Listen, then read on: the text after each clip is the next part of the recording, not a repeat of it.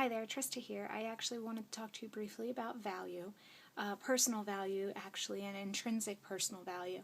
I got this idea as I was thinking about something else completely different, and it popped in my head.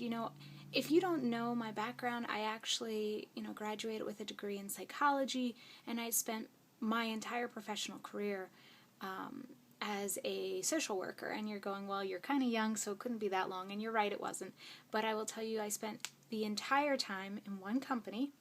And what I can tell you is this. Let me take you back, actually, and tell you a quick story, and then I'll explain what my thought was. I graduated college with a degree. I had been interning with this company for the year before. As I said, I'm a psychology major, so I interned in a unit in the company. That unit didn't have a place to hire me full-time, but they were running a summer program. So I was hired temporarily for the summer. And during that time, I was able to showcase my skills more than even in the intern position. I actually was able to get a raise in a very short period of time because I kind of took over a lot of the director roles in that position. There wasn't anybody on staff directly in the building for a director position, and so a lot of the questions and concerns fell to me. This allowed me to really show my leadership abilities. And so when the summer program was over, even though there wasn't a position in the program that I had originally been in, there was another position open, and it allowed me to be noticed by the director in the position I had been in, as well as the director of a global area within the company. Those recommendations allowed me to get a different position, which was more social work than psychology, but hey, I'm a graduate out of college and I needed a job. I had student loans. So I took the position, and it was fresh out of college, like I said, and it was just before the bubble burst. And you're going, well, how does that really affect anything that you're doing? Well, to be perfectly honest, I worked in a social work nonprofit agency. That meant when people lost money in their houses, when the stock market went down, that meant people weren't making donations, and that meant there wasn't any money. So when I was hired, there was the expectation that I would get a yearly raise. By the time the first year came, there wasn't any money for raises. I spent 5 years, fresh out of college, in the same position for the same money. Why? Because, well, when you get into that position, they just keep going and going and going, and one thing leads into the other, and before you realize it, it's 5 years. And granted, you do notice that you don't get any more money when everything else around you is going up, but otherwise you get kind of stuck in your position. Why do I tell you all this? Because in the process of all of that, I also did something else. There were days that were very hard. Emotionally, physically, you'd spend 12 hours at a time in this position during a day, driving, meeting with clients, doing whatever you needed to do, and sometimes those were the hardest times. I remember sitting and crying with clients. I remember holding hands. I remember being so frustrated and not understanding why they weren't doing what they needed to do. And yet all the time, I was still there. And you know what I used to say to myself, especially after I got off the phone with a client who was yelling at me? My boss just stopped by and said, hey, where's all that paperwork that's due? And by the way, you have a new client coming in 2 hours. I'd have to take a deep breath, my own form of meditation, count to 10, and tell myself, I love my job. Why do you do that? Because you have yourself programmed to think that. Because that's the only way you're going to get through the day. Because you need to show yourself that there is a reason that you're there, that you're valued in that position. And what I can tell you is when I worked with teenagers in this position, they'd say, you're just in it for the money. And I'd have to laugh because trust me, it's not.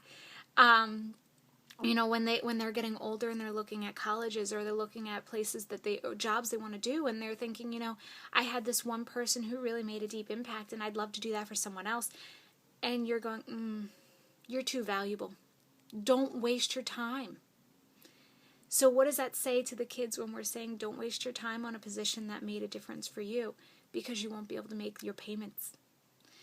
What does it mean for the kids when we say, you were valued to me, but you're not valued enough in our society for us to pay people like me to help you? There comes a point where that value and that thought continues to rotate in their head. They ruminate, so to speak, on this thought, and it lessens them as a person. The same can be said for you and your job. I Googled before I got on this video, I Googled I love my job, and I Googled I hate my job.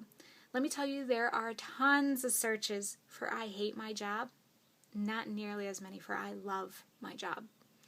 And what I can say to you is this: if you're in a position where you're having to stop and say, I love my job, and proving yourself that, then you don't. And you need to get out of there before it becomes your life without realizing it.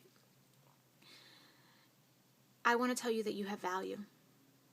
Whether your boss thinks so or not, you're able to stick with their company. If you're saying, I love my job, when you're really thinking, if I don't get out of here in the next 5 minutes, I'm going to scream. You have lasting power. You will do this. You will make a difference. And what I want to empower you to do is take a minute and think about that. Take a minute and see yourself as a valuable person, someone who can offer something to the world, someone who already is and doesn't even realize it. You know, there's that saying, to one person you are the world, and however it goes, and I'll always forget it, but to the world you're one person, and to one person you're the world. And the reality is that that value is there. You know, when you come home at night and your kids are screaming at you, woo, hey mom, hey dad, you know, whatever that is, that's your value. They don't care that you had a horrible day at work. They just are so happy to see you. You know, when you go out with your friends and they're like, hey, how you doing? Let's have fun. That's your value. You're a human being. You have purpose. You have value. And if you're that person sitting in your cubicle listening on your earphones right now, taking that time to say, I love my job, when you're really about ready to scream, then I want to offer you a different option. I want you to take a minute and think about, if you're sitting here listening to this video, you could be blogging. If you're sitting here listening to this video, you could be getting ideas to cut your own. You know, it took me a couple minutes to set this up, and I'm using my smartphone. Why? Well, because it's easier. And what I can tell you is this: you have one too. If you need to go out on your lunch break and take a walk and cut a video, go ahead and do it. I've learned so much about myself cutting videos that even if you don't share them with people, you'll learn that you have value. Talk about what you read today. Talk about the things that you learned today. Do you have a story? Let's hear it. Did that horrible job that you hate teach you something today? I want to know what it is.